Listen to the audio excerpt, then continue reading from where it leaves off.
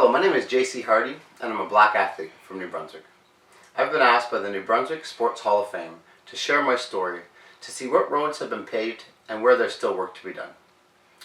For those of you who don't know my story, I was the first athlete in the history of the province of New Brunswick to earn a Division 1A scholarship to play football in the NCAA. I went on to win a national championship with the first team in Canada to ever go undefeated and win the national championship. I went on to be selected to the American Bowl and the Casino Bowl before signing multiple contracts in arena football, before going overseas and winning another undefeated championship in the GFL.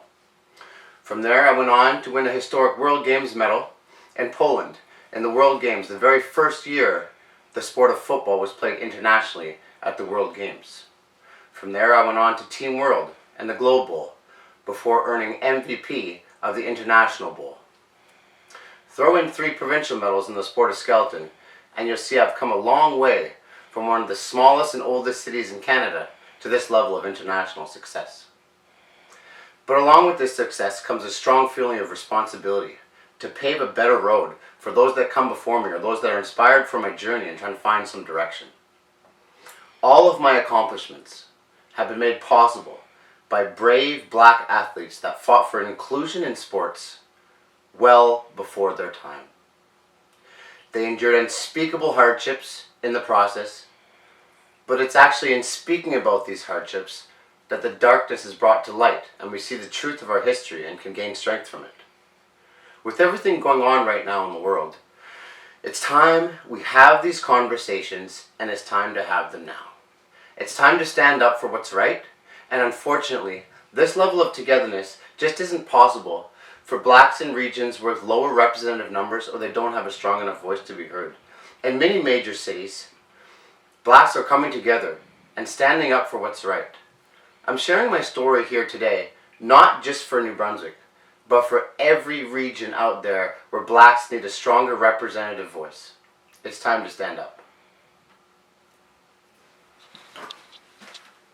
My black heritage comes from my father, J.L.C. Hardy, who was born and raised in a poor area of Mississippi when the racial divide between black and white was the law. For blacks to attend school during that time, they would have to walk all the way over and around a white area using only the streets that were designated for blacks. If they were to take a shortcut at any time, they would be attacked viciously by dogs that were trained to attack any blacks they saw on those streets. Many of those mornings, my father and his brothers and sisters would have to walk many, many miles without even breakfast. And you can imagine the toll it would take on your body and the difficulties for your mind trying to retain knowledge or learn anything on an empty stomach. This is a quintessential example of systematic racism. In spite of these obstacles, my father earned a scholarship to Tuskegee College. For those of you unaware with Tuskegee College was a prestigious institution that blacks were allowed to attend at the time.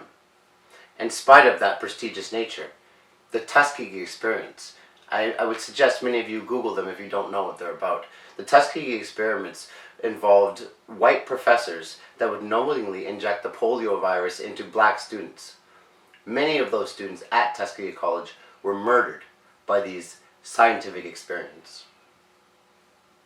Fortunately, my father was not one of them, and he thrived academically, earning another scholarship to come to McGill, where he met my mother, and they fell in love.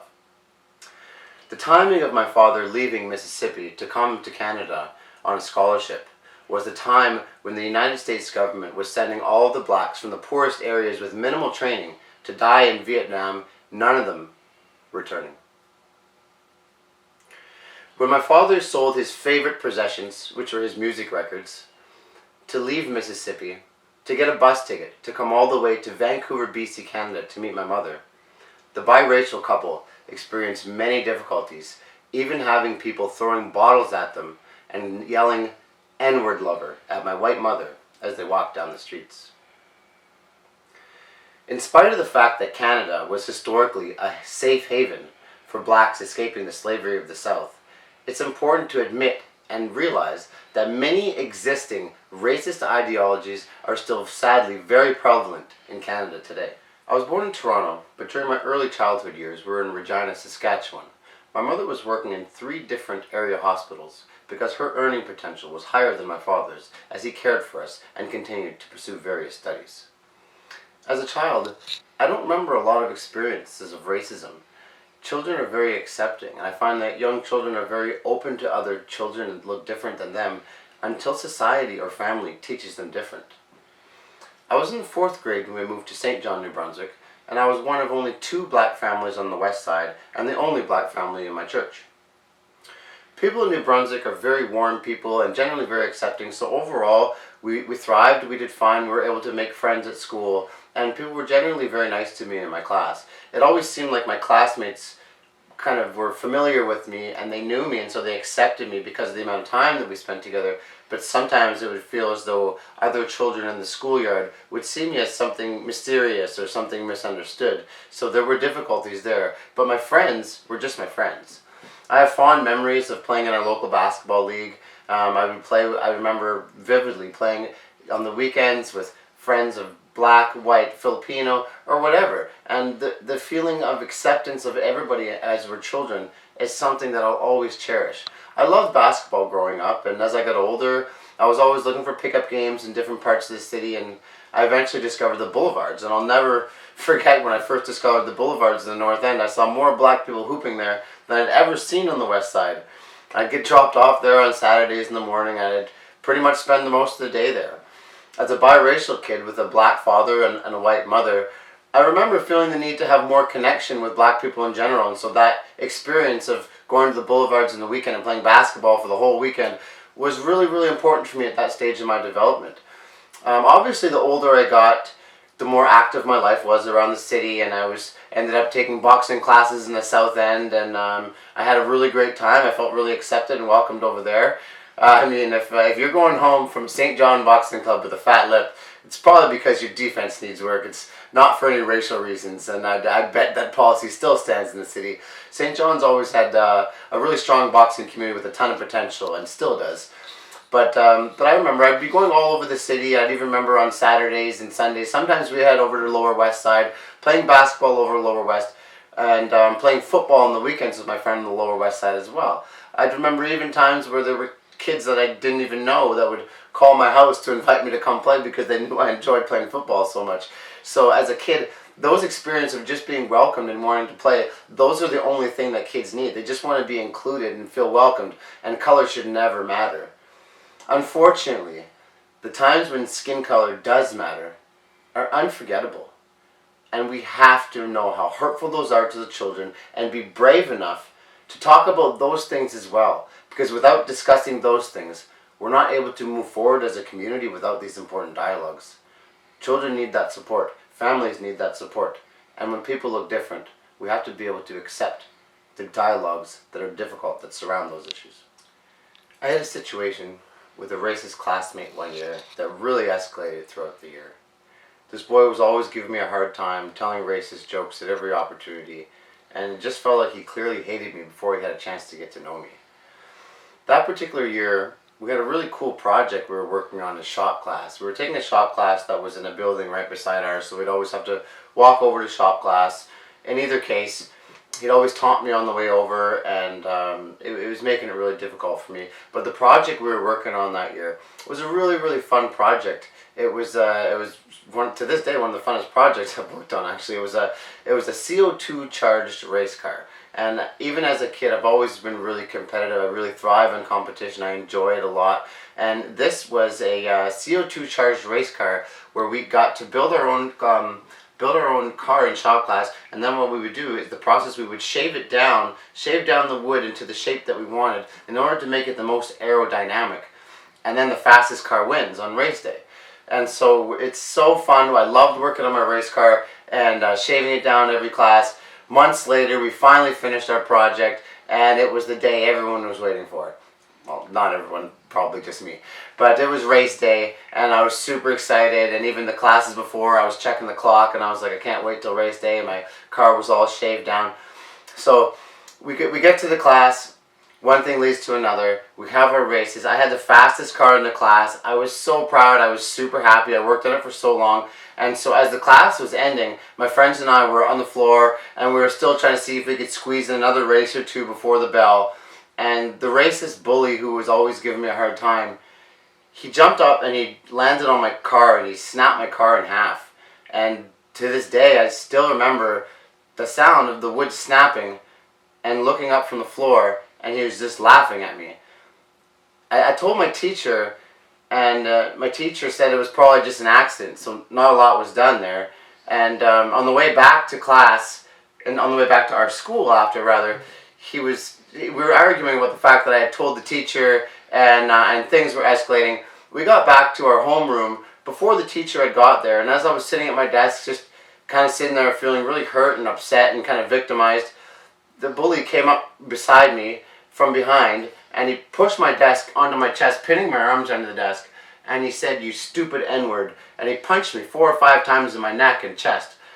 And I pushed it reactively. I just pushed the desk off me, and as they're kind of flimsy little childhood desks, and it kind of flipped over and it fell on the ground, and I stood up, and he said, "Are you going to do something about that?" And I said, "Yes." And he said, "Okay, N-word, see you after school." So he was a lot bigger than I was, and for the rest of the day, friends and my classmates were kind of coming up and telling me, like, "I don't think you should do this, it's not the best idea." But I was too hurt to back down, and I knew I was going to go through with it.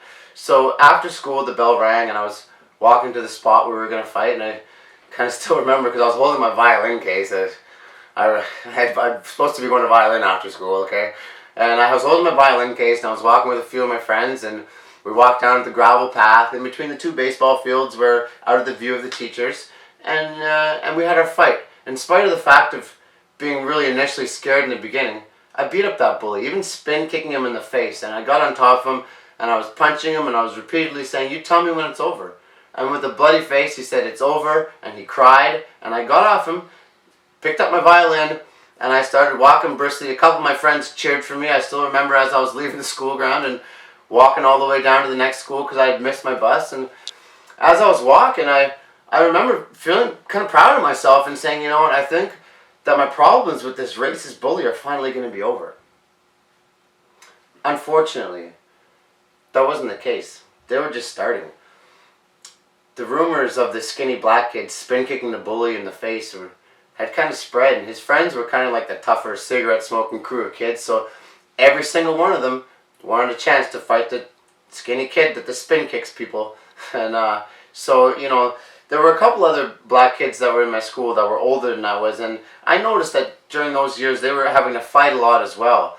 And that year, in my particular situation, it escalated into something I'll never forget that happened on 7 or 8 different occasions where I would be fighting and there would be a crowd of people around me chanting, "Fight, fight, N-word and a white. Fight, fight, N-word and a white." To this day, I still remember this chant. It still hurts. We have to be honest about it, and we have to say, no child, black or white, deserves experiences like this. It's not right, and we have to stand up for it. Experiences of racism, especially for children, are unforgettable, and it's time to take a stand. My high school experience was good overall, and obviously I heard a few racist jokes here or there, but nothing I wasn't used to. I've always believed that no one should tell racist jokes unless you're a comedian. When I was doing my OAC year in Toronto, I was immediately welcomed by the black students in the school the very first day in the cafeteria as I ate there. It's still a memory I always cherish to this day. In any case, later that year, our basketball team was out at Yuck Yucks in Toronto, which is a place where a lot of our famous Canadian stand-ups like Jim Carrey got their start. On this particular night, our basketball team was all lined up, and I was sitting in the front, and I was kind of front and center, and the comic takes the stage, and everybody's cheering because he was a young Canadian comic that everybody knew on the rise. And he comes up and he gets center stage, and he's like, "Is anyone here not from Toronto?" And I'm like, "Oh no." So I'm kind of sinking into my seat thinking, "No, don't notice me." And the guys on my team are kind of reaching over and they're raising my hand. And so the comic looks at me and he says, "Where are you from?" And I'm like, "I'm from New Brunswick." And he's like, he looks at me, standing for a second. And then he says, "Oh, I've heard about you. You're the black guy from New Brunswick." So we start laughing. Everybody's there laughing. He went on roasting me for another little while. Anyways, this guy was on fire all night. It was such a fun memory. And that Canadian comic was actually a young Russell Peters. Russell Peters was on fire that night, and is a great example of how race can be analyzed in funny ways if you're a professional at being funny. But we're not all comedians. So we have to be very aware that it's important to realize is that words can be damaging to people if we're not careful about the way they're presented. No one chooses to be the race that they are. So why should anyone's race ever be held against them? The answer is simple. It shouldn't. No one's race should ever be the reason for them to be mistreated or harmed in any way. During my time in the United States, I realized that the racial divide is more pronounced or more deliberate, if you will, especially in the southern states. I had an experience when I was exploring an opportunity at Grambling State University when I was driving my rusty old Mazda Miata with Quebec plates, and I broke down somewhere around Calhoun, Louisiana. When I called this CAA, which is on the United States, is the AAA. I know my CAA card always worked in the United States. So I got the AAA card working, and the tow truck driver came, and he was really, really grumpy, and he got my car up on the thing and drove me to this shop. And I get to the shop, and the shop was somewhere around Calhoun, Louisiana, and it had a Confederate flag out front as its flag, as a company flag. And the tow truck guy, when we got there, he jumped up in the back and he unhooked my car, and then he got back in the front and he put a tilt on it, and so my car just rolled right off. It was pretty rough. I'm thinking, like, what the heck is going on here? And then he drove away, no words. And so I'm sitting around there, there's no one in the parking lot. I walk inside and I look around and I'm like, can anybody help me? And a bunch of mechanics, they look up from their cars, and they just looked at me and they just went back to work. No one helped me, and so I went back and I'm sitting by the front desk. I'm thinking, like, what am I going to do here? And so I sat there, and about 20 minutes later, a large black man came up from around the back from a separate part of the shop that he was working in, and he looks at me and he said, "What did you ever do to get stuck around here, son?" And I explained my story, and I let him know that a friend of mine in Montreal, he had a grandmother that was living close to Grambling, and I was going to be staying there while I explored this opportunity on campus, and told him my story. And he said, "You know what, you're going to have to wait here with me, and I'm going to drive you after work." I said, "Okay." So he brought me around the back, and he sat me on a little bench, and I said, "Okay, I'm just going to run down to the store, and I'll be right back." He looked at me like I was crazy, and he said, "You're not doing that around here. You just wait right there, and I'll drive you when I get off work." So for the next 3-4 hours, I sat in the back lot, facing a bunch of rusty old cars, and he was a really nice guy, and he came and he brought me some water every couple times here and there. And when he finished work, he drove me all the way to my friend from Montreal's grandmother's house, which was almost a full hour away. And on the ride, he explained to me that I need to be much more careful about where I'm going sometimes in the southern United States. And this experience made me realize that there are places that are unsafe for black people today in the United States. That is not right. We have to realize that we have to have these conversations. We have to be open about the things that are happening on both sides of the border, because we're affected by these as a nation as well. When I was attending Florida A&M University in Tallahassee, Florida, I had a friend that was going to Florida State University, which is also in Tallahassee, and I was driving her home, and we were in front of her building, and the police came up and they wanted to search my vehicle. And I said, okay. So they searched my vehicle. The search came up empty. After the search came up empty, he took my license, he cut it in half, and he folded it and he put it in his vest, and he patted the side of my vehicle, and he said, "Good luck driving north." And I'm like, all right. So there's not much I could do, so I had to carry on with no license. Some of these situations, there's nothing you can do, especially when you're dealing in a situation with the authorities. To add insult to injury, a few weeks later, I was right about to leave to go to Canada, and before I left to hit the highway, because I was going to be spending the summer in Montreal, there was this hat I wanted to get from a store, and I remember I've always been a single-digit guy, and it was a black hat that had a yellow number 9 on it. I said, I really want that hat, and so I remember before I hit the highway, I just went to the store, I pulled up in the parking lot, I ran inside the store, got the hat, I took it off the shelf, I went there, paid for the hat, went outside. By the time I got outside the store, I was literally in there for 1 minute and a half maybe. By the time I got outside, my vehicle was already up on a tow truck So I saw it was up on there, so I ran around to the passenger side. I opened the door, I jumped up in the tow truck, and I said, "Hey, what's going on? I just parked here." The tow truck driver pulled out a gun, cocked it, and put it in my face, and he said, "Get the out of my truck, N-word." I was in shock. I stepped backwards, I jumped down off the truck, and as I backed away, he took his card and flicked it on the ground, and drove away with my vehicle. I picked up the card off the ground. I had to pay a hefty fine to get my vehicle back before I started driving home, and I needed that for gas money. I started to realize the truth of the matter and the truth of the situation is that there are times where I'm not only just affected emotionally or financially by racism, but there are systems and people and even businesses in place that are thriving from racism and systematic racism.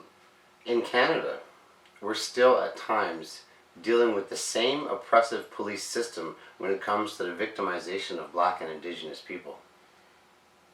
When I was working security at the bar in college, after the bar, in the parking lot afterwards, a fight broke out, and I was restraining the individual that started the fight, who happened to be a white individual, and two police officers came running over, and I thought they were there to assist me. They tackled me onto the ground, and one of them had their knee literally on my neck. I couldn't breathe, and the other one was shouting something. I couldn't hear what he said because my head was being pressed into the ground. The next thing you know, they put me in their car, and as we're driving away, I explained to them that I'm working security, I'm on staff at the bar. What happened is they pulled over, they got out of the car, they spoke between themselves for a second, and then they released me, and they uncuffed me, no apology, and just told me not to return to the club. When I got home later that night, my roommates saw my eyes were bloodshot from my oxygen being restricted, and my ears and the side of my face was bleeding from being pressed into the cement. We need to have discussions about police racism. We need an increased accountability when there's nowhere to go for people who are being victimized by police. Even having had all of these experiences, I do still very much understand the need for police and the great value they serve when they're doing their job. When I was running a specialized care home, which was a government licensed home in the same city that incident happened to me, those same police came to my assistance, and they were there for me and my support staff. And running a high-risk home for high-risk youth, we needed the police to be there for us in a number of occasions, and they were there. I saw the great value that they can bring. But at the same time, in situations where their actions are unsupervised, anything can happen. And we need to have discussions about some sort of measures for an increased accountability. As a society, we owe it to ourselves to actively weed out police officers that are abusing their power or their badge for racist agendas. It's in our best interest as a society if we can have discussions that would enable all members of society to feel safe. Black and Indigenous people aren't in safe situations when it comes to police under low levels of supervision. We need that to change. But most importantly, we need to believe in people's ability to change. We need to be having these dialogues in our homes with our children before they're influenced in any negative way when it comes to skin color or race. People can change and communities can change. When I returned to New Brunswick years later, wanting to see change and wanting to see progress in our beautiful province, guess what? I saw that change. I saw the great resilience of a hard-working community that allowed me to be a part of it. I was treated very fairly in business. When my wife and I returned to open our gym, I was the first Black business owner in the history of the plaza, right across the parking lot, coincidentally, from the schoolyard fights and racist taunts of a generation ago. I've had a lifetime of support from NBSHOF and from the athletic director, who see me training by myself for many years at Canada Game Stadium, and he would always give me a friendly wave, even when I'm sure he knew way back when I was jumping the fence to gain access to the field. A couple summers ago, with the support of the university, I held the first ever football-specific day camp at the university for the community, and everyone attended for free in order to promote inclusion and acceptance. Working together and thinking proactively about the type of world we're building for the next generation of children is the only way forward. And that starts with talking about the things that need to change. We need to share the truth about humanity, and we need to be sharing our stories. This sort of change can't happen without a lot of conscious dialogue. One thing that shows that New Brunswick is ready for change is the 5,000 inspired people that showed up at the Black Lives Matter movement in the little city of St. John. That shows that they care about the treatment of black people and they're ready to stand up. Now we have to take it one step further by continuing these dialogues in our homes and sharing our stories. If my story of overcoming racism, if my story of rising above racism and finding ways to move forward can influence one child out there who's struggling to feel like they belong or feels like they're different, then it'll be worth me being vulnerable and sharing my story here today. For that child, use my life and my story as a Hall of Fame example of what's possible if you just keep believing and always see your value. Recognizing the value and importance of black lives is no longer optional. The only thing for us to do, and the right thing for us to do, is have the dialogues within our homes and in our communities that allow us to make the change in order to accept all people. Now is a time in history when we need each other more than ever before. We know that we're stronger together, and we have to follow through. We're lucky to live in the best country in the world. Now let's answer the challenge of making it a livable place that's safe for all people, regardless of race. Thank you.